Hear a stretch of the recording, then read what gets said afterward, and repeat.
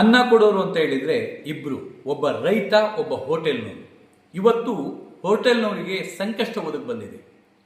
ಇರಾನ್ನಲ್ಲಿ Israel ಮತ್ತು Iran ಹಾಗೂ ಅಮೆರಿಕದ ಯುದ್ಧದ ನಡುವೆ ಇವತ್ತು ನಮಗೆ ಗ್ಯಾಸ್ ಸಪ್ಲೈ ಆಗ್ತಾ ಇಲ್ಲ, LPG ಗ್ಯಾಸ್ ಸಪ್ಲೈ ಆಗ್ತಾ ಇಲ್ಲ ಅಂತ ಹೇಳ್ಬಿಟ್ಟು ಹೋಟೆಲ್ ಸಂಘದವರು ಹೋಟೆಲ್ನ ಬಂದ್ ಮಾಡಲಿಕ್ಕೆ ಸರ್ಕಾರಕ್ಕೆ ಒಂದು ಗಡುವನ್ನು ನೀಡಿದ್ದಾರೆ. ಬಂದ್ ಮಾಡ್ತಾ ಇದ್ದೇವೆ, ನಮಗೆ ಸರಿಯಾದ ಒಂದು ಗ್ಯಾಸ್ ಸಿಗ್ತಾ ಇಲ್ಲ ಅಂತ ಹೇಳ್ಬಿಟ್ಟು ಬೇಸರ ಆಗ್ತಾ ಇದೆ.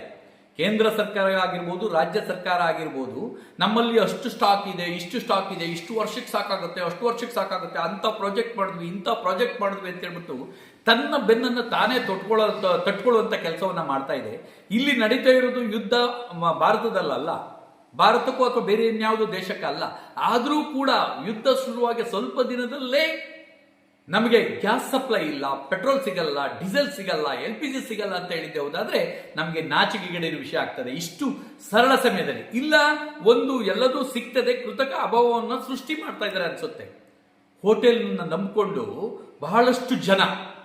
ಬಹಳಷ್ಟು ಜನ ಅಂತ ಹೇಳಿದ್ರೆ ವಿದ್ಯಾರ್ಥಿಗಳು, ಮೆಡಿಕಲ್ ಓದೋರಾಗಿರ್ಬೋದು, ಇಂಜಿನಿಯರಿಂಗ್ ಓದೋರಾಗಿದ್ರು, ಅದು ಇನ್ಯಾವುದ್ಯಾವುದೋ ವಿಧದ ಜನ ಇದೇ ಹೋಟೆಲ್ನ ನಂಬಿಕೊಂಡು, ನಮ್ಮ ಬೆಂಗಳೂರು ಆಗಿರ್ಬೋದು, ಕರ್ನಾಟಕ ರಾಜ್ಯಾದ್ಯಂತ ಅಥವಾ ದೇಶಾದ್ಯಂತ ಆ ಹೋಟೆಲ್ನ ನಂಬಿಕೊಂಡಿರುವಂಥವ್ರು ಬಹಳಷ್ಟು ಜನ ಇದ್ದಾರೆ. ಅವ್ರು ಏನು ಮಾಡಬೇಕು? ಮತ್ತೆ ಹೋಟೆಲ್ನಲ್ಲಿ ದುಡಿಯುವಂಥ ಕಾರ್ಮಿಕರಂತೂ ಸಂಕಷ್ಟಕ್ಕೆ, ಟೋಟಲಿ ಸಂಕಷ್ಟಕ್ಕೆ. ಮೊದಲೇ ಕೊರೋನಾ ಬಂತು, ಕೊರೋನಾ ಬಂದಾಗ ಮಾಲೀಕರು ಮತ್ತು ಕಾರ್ಮಿಕರು ಸತ್ತಲೆಕ್ಕಾಗಿತ್ತು.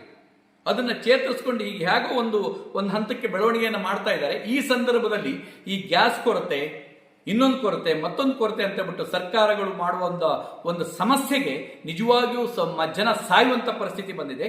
ಕೇಂದ್ರ ಸರ್ಕಾರದ ಪ್ರಧಾನಿಗಳಾದಂಥ ನರೇಂದ್ರ ಮೋದಿ ಅವರು ತಕ್ಷಣ ಎಚ್ಚೆತ್ತುಕೊಳ್ಬೇಕು. ಏನದು ಇದು ಕೃತಕ ಅಭಾವವ ಅಥವಾ ನಿಜವಾಗಿಯೂ ಅಭಾವ ಬಂದಿದೆಯಾ ಅಥವಾ ಬೇರೆ ಕಡೆಯಿಂದ ಇದನ್ನು ಅಡ್ಜಸ್ಟ್ ಮಾಡಬೇಕಾದ ಮ್ಯಾನೇಜ್ ಮಾಡುವಂಥ ಕೆಲಸ ಪ್ರಧಾನಿಯವರ ಮೇಲಿದೆ. ಮತ್ತು ಏನು ಜನರನ್ನ ಕಾಪಾಡಬೇಕಾಗಿದ್ದು, ಪ್ರಜೆಗಳನ್ನ ಕಾಪಾಡಬೇಕಾದ ಕೆಲಸ ಪ್ರಧಾನಿಯವರಿದೆ, ನಮ್ಮ ನಾಡಿನಲ್ಲಿ ಮುಖ್ಯಮಂತ್ರಿಗಳದಿದೆ. ಮಾನ್ಯ ಮುಖ್ಯಮಂತ್ರಿಗಳೇ, ಇದು ಕೃತಕ ಅಭಾವ ಆಗಿದ್ರೆ ತಕ್ಷಣ ಯಾರು ಕೃತಕ ಅಭಾವವನ್ನು ಮಾಡಿದಾರೋ ಅವರ ವಿರುದ್ಧ ಕ್ರಮವನ್ನು ತಗೋಬೇಕು.